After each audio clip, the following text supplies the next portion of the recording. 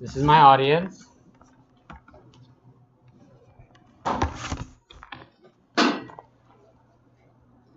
Who wants free tuition?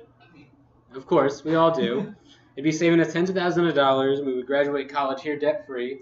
But what if this was an option available to you in high school, middle school, or even elementary school? Today, many states across the United States are offering to their students school vouchers to attend private schools to pay for tuition to attend there. They are doing this through the school voucher program, which gives them the tuition, either full or part of the tuition, to cover them to attend the private school. To receive these vouchers, your family must make under a certain amount of income per year depending on the amount of people who live in your household.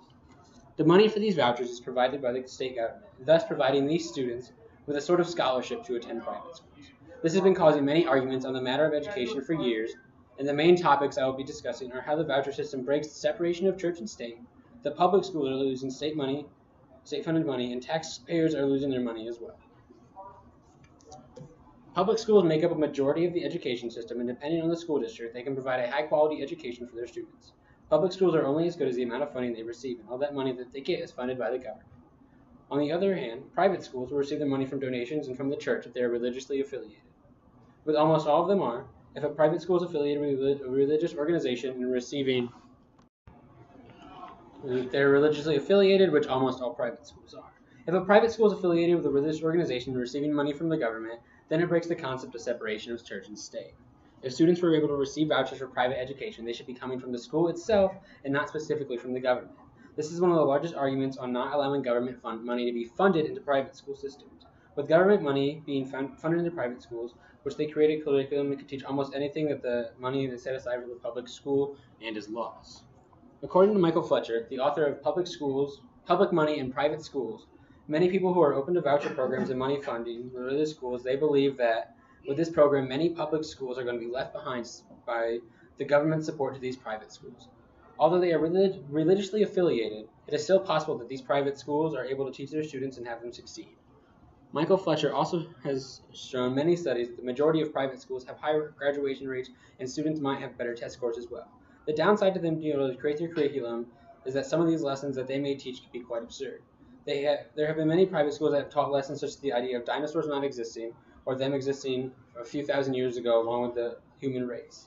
Another is teaching the students that Earth is only a few thousand years old when science proves otherwise. It is important to be teaching our students the correct information, and with private schools that focus too much on religion and the government using the money to fund the tuition should not be allowed. Public schools can provide the same education for a cheaper price, and they would not have to lose money for it to be provided to them. By the government funding the choice education programs for school vouchers, they are taking the money provided for public schools and spending the money on these school vouchers for private schools. The idea behind government funding for public schools is to provide the school with money for students to have up-to-date resources and to use the money to ensure the school facilities are up-to-date. The state that provides a certain amount of money per year per student. According to Julie Mead, a professor at University of Wisconsin, the support of these vouchers programs are cutting funding from public school compromises the state's abilities to provide for students who are getting education in a public school. So let's say a school is made up of 500 students and each student is provided with $5,000 from the government for the school. That means they would have around $2.5 million to spend on students. The money that is used to make up that each student is able to receive to give a quality education at their school. Private schools do provide a high-quality education, and if a family were to receive a voucher and use it, it could possibly save them money if the voucher covers all the costs. A common thing is to provide a portion of private school tuition, and the rest is to be paid out of pocket by the parent. This could cause some families to lose money as well. By parents accepting these vouchers, they are taking money away from the public schools, which does not do them any good at all. If a student voucher only covers $2,500 of a $10,000 private school tuition, and the public school that is going to be getting $5,000 from that student is losing all of that money, and they're not going to see the extra $2,500, which just goes somewhere else in the government. And then that parent's going to have to pay $7,500 out of pocket. These public schools are losing money with each voucher that gets accepted, and with the loss of money that they're unable to provide the required resources for the school so that all students can succeed.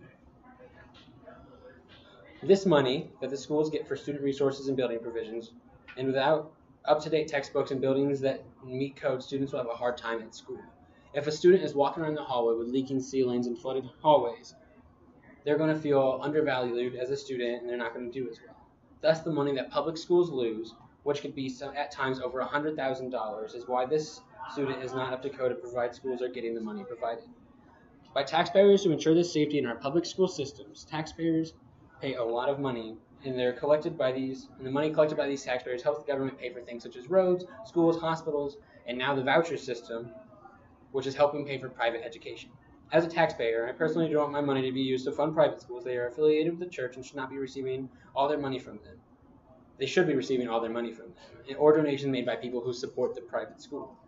Even if a taxpayer does not support the voucher program, their money is still going to that either way, whether or not they support it at all.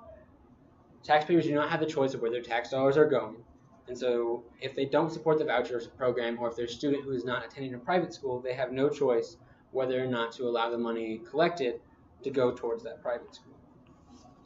Our own state uses tax dollars to fund a student choice education program, and according to Chelsea Snyder, an author of the Indy Star, which is a local newspaper in Indianapolis, the state saw a $53 million deficit last year due to this program.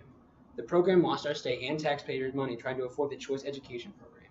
Indiana also does not have a cap on how many students can receive a voucher for the choice education program, so therefore, as many students possible could receive up to almost 90% funded of their private school education. Not only is the state losing money, but this program is supposed to be helping the low-income families as well.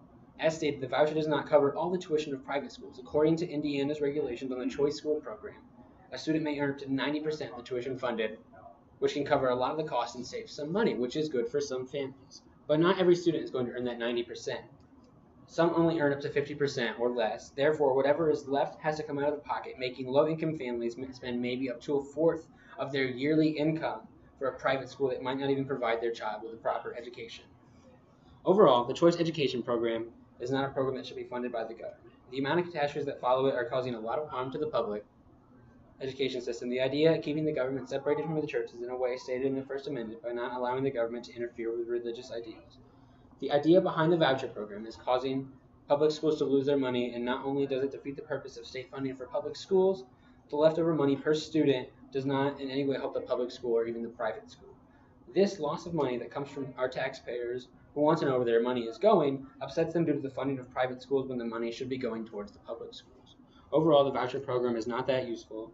Although there are times where it could have been seen fit, the loss of money is too high and the program should be cut and all money should be used to spend for public schools.